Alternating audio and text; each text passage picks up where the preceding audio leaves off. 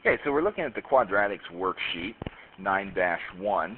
We're going to work on graphing them. We're going to use our calculator to assist with that, to find some critical points. The vertex identified as a maximum or minimum, the equation for the axis of symmetry, as well as the domain and range for these. And assisting me this morning, I have Brandon Baker, who's an outstanding student in Algebra 1. So he's going to go ahead and walk us through a couple examples here.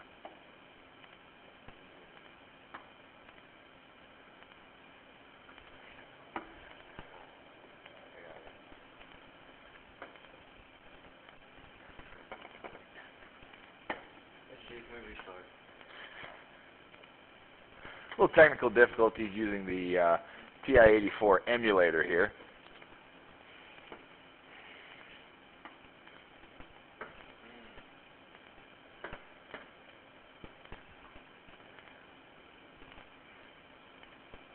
And he's entered in his function, negative x squared plus 2, and he's gone first to look at the graph. So he sees that it opens downwards, which identifies the vertex as a maximum. So now he's going to go to his table by pressing second graph and identify the vertex there, which appears to be centered at 0.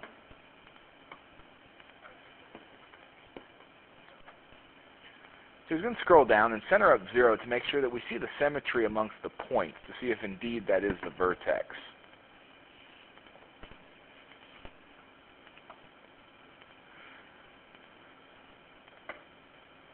So he starts by graphing the vertex, and now he's going to graph subsequent points, moves over 1 unit and down 1, and then moves over to 2 and negative 2.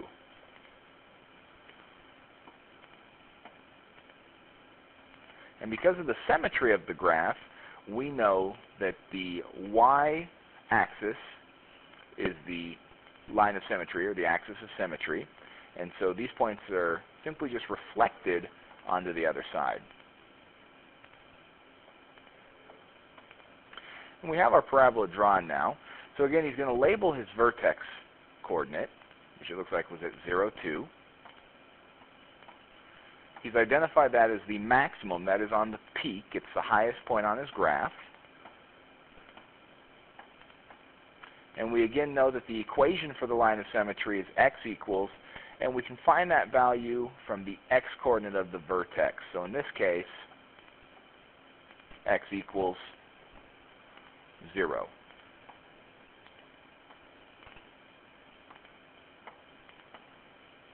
And when he's labeling out his domain and range here,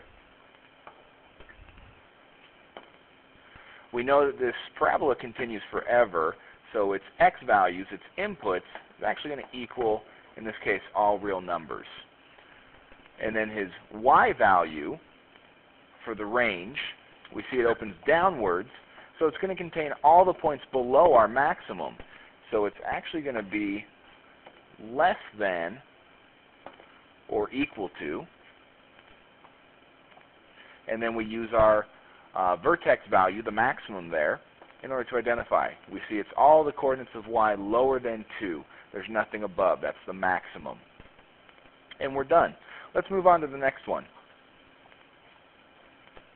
And for that one, we're going to have young Josie Traylor come up here. Recently received a silver medal at the Skills Challenge.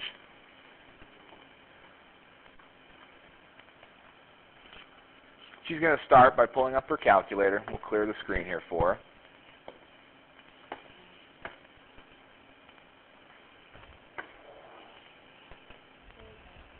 She's going to enter in her equation.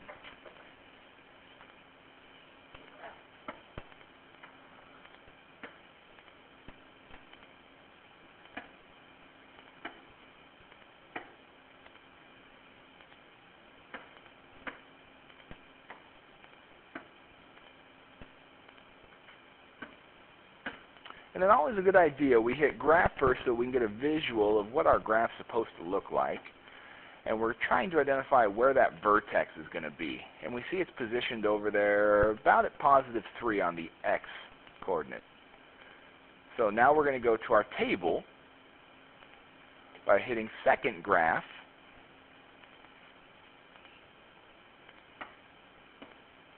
And we're going to look at those values. And we saw it appeared to be over at 3, so we're going to center up the 3.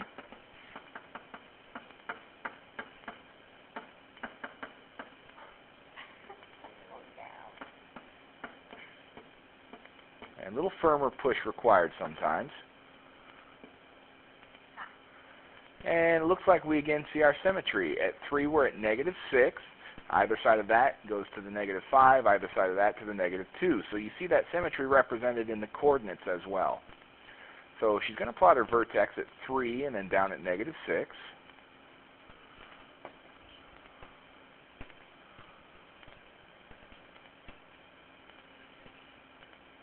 So there's her first point. And then from the calculator she saw that the next coordinate, when we go over to 4, we're at -5, over again at -2. So we move over 1 to 4, and we're at -5. So over 1, up 1.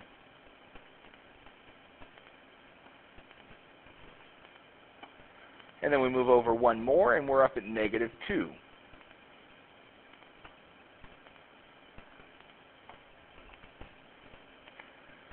And then we know that our graph is symmetrical about that vertex. So then we just plot our points as a reflection of those.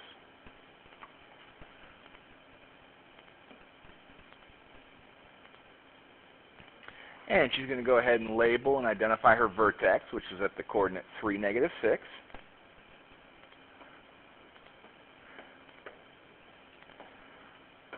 Miss Josie knows that her axis of symmetry is the equation x equals, and that x can be derived from the vertex. And then when we're identifying our domain and range, for every quadratic on this page, because these are continuous, we have domain or x values that equal all real numbers. I can input any value of x I want. I will get an output. And then our range is restricted, so the y values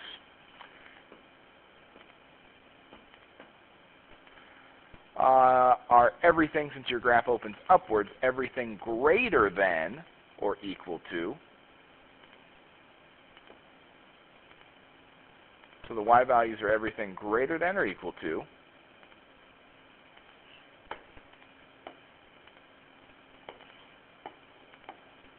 And then you use your y value there of -6. And she's also identified this vertex as a minimum. That's sitting in a valley, the lowest point on the function. And there's number 2. And I'll finish out one more example for you.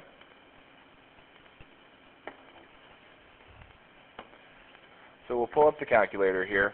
First thing is we'll go to y equals, we'll clear the graph, and I'll put in the new function. I have -2 times x squared minus 8x minus 5.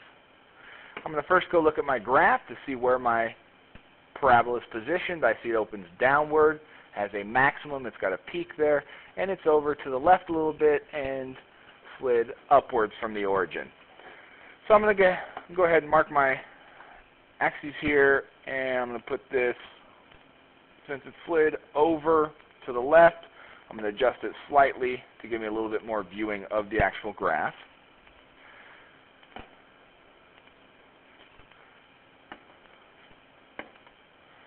And then I go to my table, and it appeared as though that was centered somewhere around -2.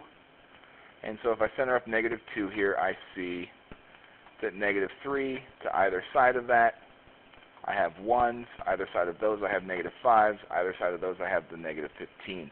So I do see the symmetry there, so that vertex is at -2 and 3.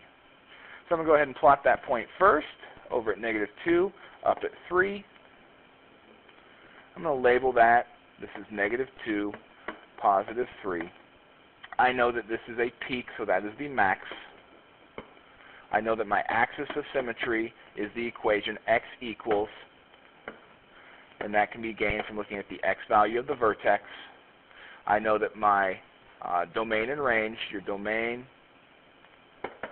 is going to be the set of x's such that x equals all real numbers, and your range, the set of y such that y is, and in this case it opens downwards, so these are less than or greater than, and you can get this value from the y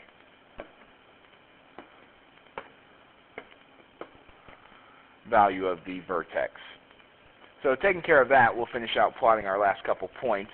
And I see that as I move 1 unit to the right, so over to -1, I'm at +1 for y, and then at -5. So I move over here, over 1 more, and I'm down 1, 2, 3, 4, 5. And then again, I know that these are just reflected over the axis of symmetry, which is a vertical line with the equation x equals -2 right there. And so I will just plot them on the other side. And there's your first 3 examples for you.